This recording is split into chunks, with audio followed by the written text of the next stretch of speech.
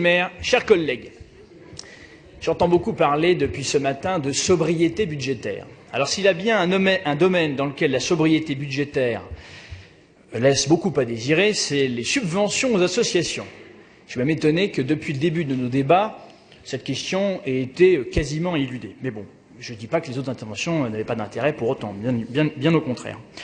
Je voudrais commencer avec quelques chiffres tout simples sur les subventions que nous versons chaque année aux associations. D'abord, nous versons chaque année, pour rappel, entre 250 et 270 millions d'euros chaque année aux structures associatives parisiennes.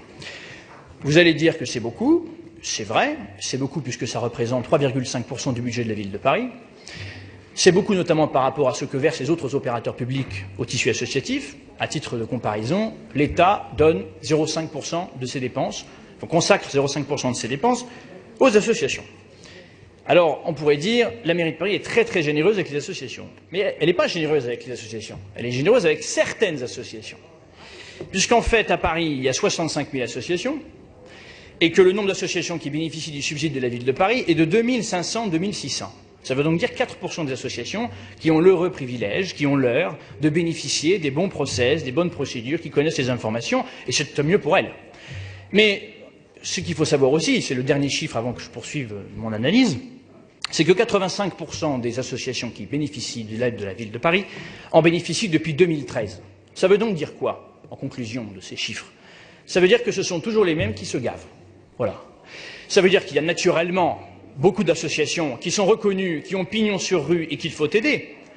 Mais je rappelle que sur les 65 000 associations qui évoluent dans la ville de Paris, il y a peut-être une occasion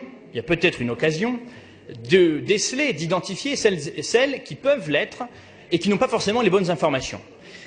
Je dis que naturellement, il y avait des associations qui étaient reconnues et qu'il était normal que la ville aide. C'est bien normal. J'entends Mme Versini s'exprimer. Il est normal, par exemple, que la ville de Paris donne et continue de subventionner le SAMU social. C'est tout à fait normal. Mais il y a un groupement d'intérêt public. Bon. Alors, d'accord, très bien. Donc, il y a d'autres organismes qui sont associatifs. Je pourrais citer d'autres associations qui sont dans le domaine social et qui sont également aidées par la ville de Paris, et c'est très bien. Mais j'aimerais parler. D'accord. Est-ce que je voudrais parler de deux types d'associations, deux types d'associations qui bénéficient d'aide de la ville. D'abord, il y a les subventions qu'on juge immanquables. Et en fait, quand on les voit arriver dans chacun des conseils de Paris, on se dit, ah tiens, 850 000, 200 000.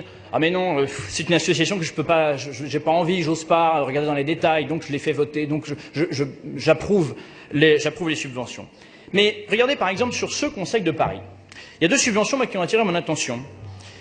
Par exemple, le CAUE, le Conseil de l'architecture, de l'urbanisme et de l'environnement de Paris. 250 000 euros cette année qui vont être versés par la direction de l'attractivité et de l'emploi. Cet organisme a déjà reçu, là pour le coup c'est une association présidée par un élu parisien, cette association a déjà reçu 26 000 euros depuis le début de l'année. Donc près de 300 000 euros vont être versés à cette association. Je suis allé sur Google. Il se trouve que le site internet du CAUE, il n'est pas référencé par Google. Il faut aller sur le site internet de l'ensemble des CAUE d'Île-de-France pour trouver la liste des CAUE de toute l'Île-de-France. On trouve le lien vers le site du CAUE de Paris, on s'y rend, et quand on va sur le site internet du CAUE de Paris, on trouve. Alors, il faut savoir que le CAUE, son rôle, c'est, pour information ou rappel, c'est promouvoir la qualité architecturale de Paris à travers des actions de pédagogie et de communication. Alors, communication, je clique sur l'onglet vidéo. Alors, vidéo, on m'oriente vers une chaîne vidéo sur Dailymotion, voilà. Et cette chaîne vidéo a 15 abonnés, 2,2 millions d'habitants, 15 abonnés. Et le nombre de vidéos, je vous donne en mille, c'est 2 vidéos.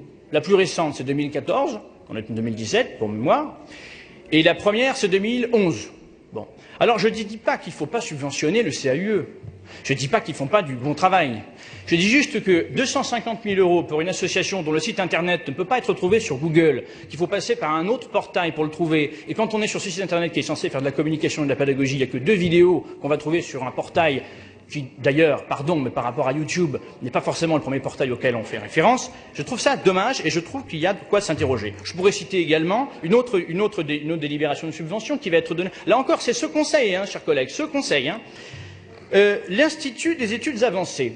Alors, l'Institut des études avancées de Paris, c'est simple, c'est un institut qui a été créé en 2008, qui loge aux frais de la ville de Paris, dans un très bel hôtel particulier, l'hôtel de Lausanne, au 4e arrondissement, et qui accueille chaque année 25 chercheurs universitaires du monde entier pour faire des travaux. Alors là encore, je suis allé sur Google, parce que c'est ça maintenant. Hein. Bon. Alors je vais sur Google, je fais Google Actualité ou Google tout court, il n'y a pas une ligne d'un travail de recherche. Je ne dis pas qu'encore une fois, les travaux de recherche de cet institut ne servent à rien, c'est pas ce que je dis. Je dis juste que cet institut va recevoir 850 000 € de la ville de Paris, qu'il loge dans un des plus beaux hôtels particuliers dont la ville est propriétaire, et qu'on n'entend pas parler des travaux de recherche de ces 25 heureux élus qui profitent des subsides publics.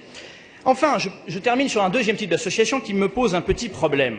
Et on en a déjà parlé et on a régulièrement l'occasion d'en discuter. Ce ne sont pas les associations comme celles que je viens de citer qui ont un but louable, mais qui posent un problème entre le montant des subventions et le travail effectif. Ce sont les associations que je qualifierais d'amis de l'exécutif. Les associations, et là ce n'est pas l'exécutif, la majorité que j'accuse, c'est comme ça depuis des années, depuis des décennies, mais il est peut-être temps d'en finir, il est peut-être temps de se remettre en cause de temps en temps.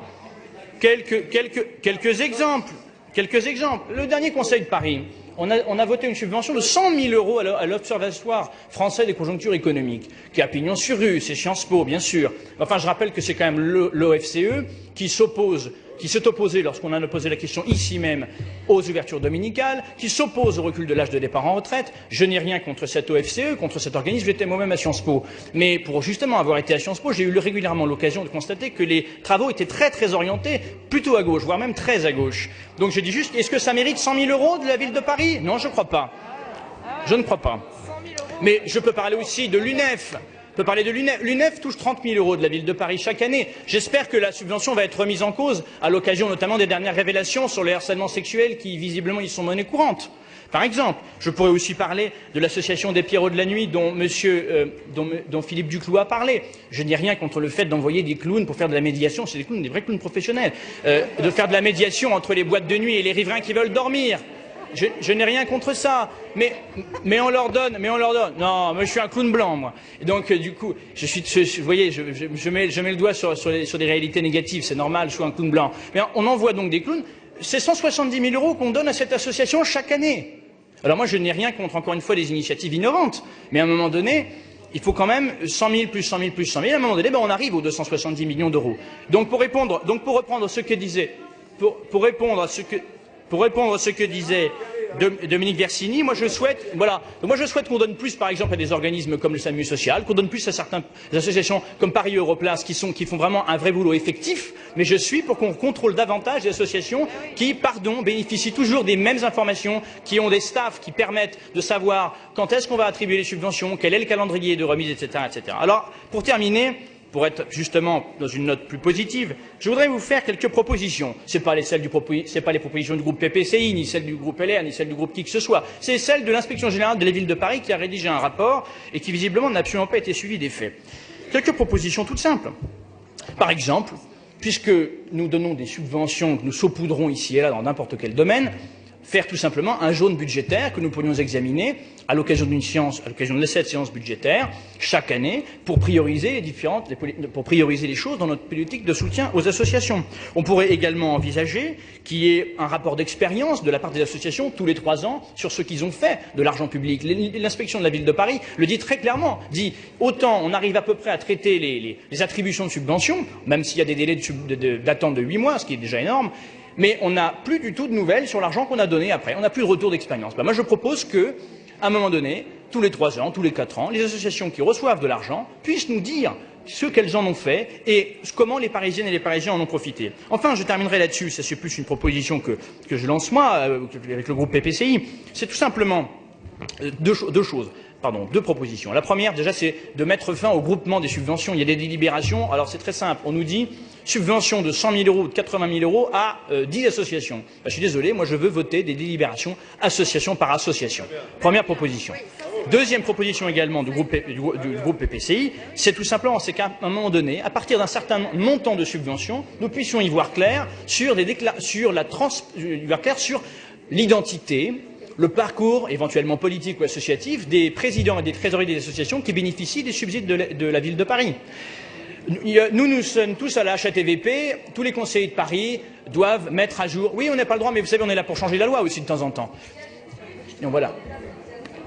Je parle du président et du trésorier. Allez, monsieur Vesperini. Voilà. Donc je conclus pour simplifier. Il n'y a pas de raison que les élus il n'y a pas de raison que les élus appliquent des règles extrêmement strictes dans le domaine de la transparence et que un certain nombre de dirigeants associatifs qui reçoivent des subsides très importants de la ville de Paris s'en exonèrent totalement. Voilà. Et il y a de toute manière, à un moment donné, cette question devra se poser, que vous le vouliez ou non.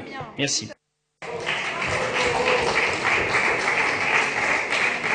Voilà.